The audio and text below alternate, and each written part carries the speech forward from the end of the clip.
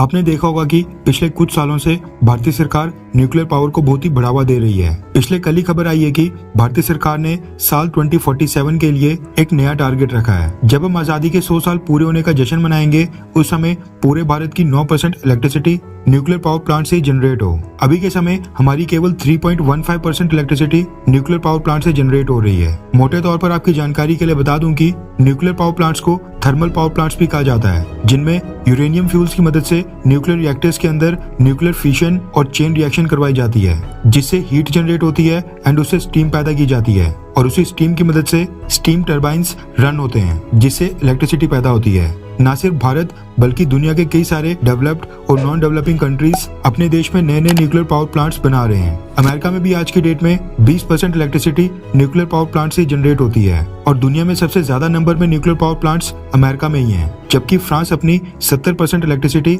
Nuclear power plant से generate करता है। चाइना दुनिया में सबसे तेजी से नए न्यूक्लियर पावर प्लांट्स बना रहा है एंड चाइना के पीछे पीछे सेकंड नंबर के ऊपर है भारत। भारतीय सरकार साल 2031 तक देश में 21 न्यूक्लियर पावर प्लांट्स कंस्ट्रक्ट करने वाली है, जिसमें 20 से 25 बिलियन डॉलर्स तक का खर्च आएगा। न्यूक्लियर पावर के बारे में कहा जाता है कि इसका सबसे कम कार्बन फुटप्रिंट होता है, जो कि क्लाइमेट चेंज और ग्रीन हाउस गैसेस के पर्सपेक्टिव से सबसे क्लीन माना जाता है, यानी इससे वातावरण और पर्यावरण को भी नुकसान नहीं पहुंचता है। न्यूक्लियर पावर का CO2 emission rate solar energy से भी 4 गुना कम होता है, इसलिए न्यूक्लियर पावर प्लांट से जनरेट होने वाली इलेक्ट्रिसिटी को कार्बन फ्री इलेक्ट्रिसिटी भी कहा जाता है। अब सोचने वाली बात यह है कि जब भारत, अमेरिका, फ्रांस और चाइना जैसे देश इलेक्ट्रिसिटी के लिए न्यूक्लियर पावर प्लांट्स के ऊपर अपनी निर्भरता को इतना बढ़ा रहे हैं, तो फिर जर्मनी को क्या हो गया है। रेफरेंस के लिए आपकी स्क्रीन के ऊपर हिंदुस्तान टाइम्स के आर्टिकल का स्क्रीनशॉट है, जिसके मुताबिक जर्मनी अपने आखिरी के 3 न्यूक्लियर पावर प्लांट्स को बंद करने जा रहा है। 15 अप्रैल को जर्मनी अपने लास्ट तीनों न्यूक्लियर पावर प्लांट्स को बंद कर देगा। वैसे तो जर्मनी अपने ये प्लांट्स पिछले साल 31 दिसंबर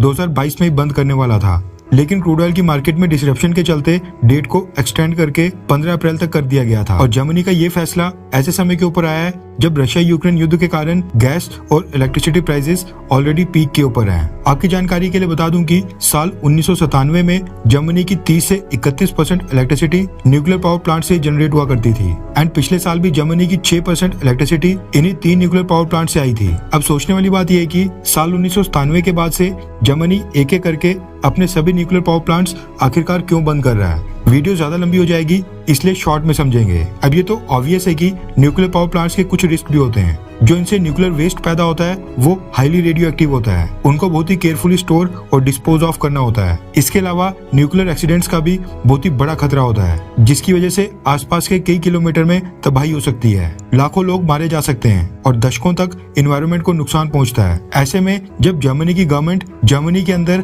एक के बाद एक न्यूक्लियर पावर प्लांट्स बना रही थी, 1970s और 1980s में जर्मनी के आम लोग इसके खिलाफ खड़े हो गए थे एंड काफी ज्यादा प्रोटेस्ट किया जाने लगा। जर्मनी की गवर्नमेंट अभी भी अपने लोगों की बात नहीं मान रही थी, क्योंकि न्यूक्लियर पावर प्लांट्स में उस समय रिस्क से ज्यादा बेनिफिट्स लग रहे थे। लेकिन फिर 1986 में उस समय के सोवियत यूनियन के चेर्नोबिल न्यूक्लियर पावर प्लांट के 4th रिएक्टर में एक एक्सीडेंट हो जाता है, कई लोगों की जान जाती है एंड गवर्नमेंट को न्यूक्लियर पावर प्लांट के 30 किलोमीटर के रेडियस में 3,30,000 लोगों को इवैक्यूएट करना पड़ता है। जिन लोगों की जान गई वो तो छोड़ ही दो, लेकिन चेर्नोबिल डिजास्टर के भी कई सालों बाद तक वहां के लोगों को हेल्थ कॉन्सिक्वेंसेस फेस करने पड़े। इसके साथ ही जो साउथ जर्मनी का जो पार्ट था उसके ऊपर काफी समय तक इस एक्सीडेंट के बाद रेडियो एक्टिव क्लाउड्स भी बने रहे एंड जब वहां पर रेडियो एक्टिव रेन हुई, उसके कारण साउथ जर्मनी के बड़े हिस्से में रेडियो एक्टिव कंटेमिनेशन हो गई थी। ये सब देखने के बाद जर्मनी के लोग वहां पर काफी ज्यादा डर गए थे और चेर्नोबिल एक्सीडेंट के बाद तो जर्मनी में एक बहुत ही बड़ा एंटी न्यूक्लियर पावर कैंपेन चलाया गया, जिसमें वहां के NGOs वगैरह सभी संगठन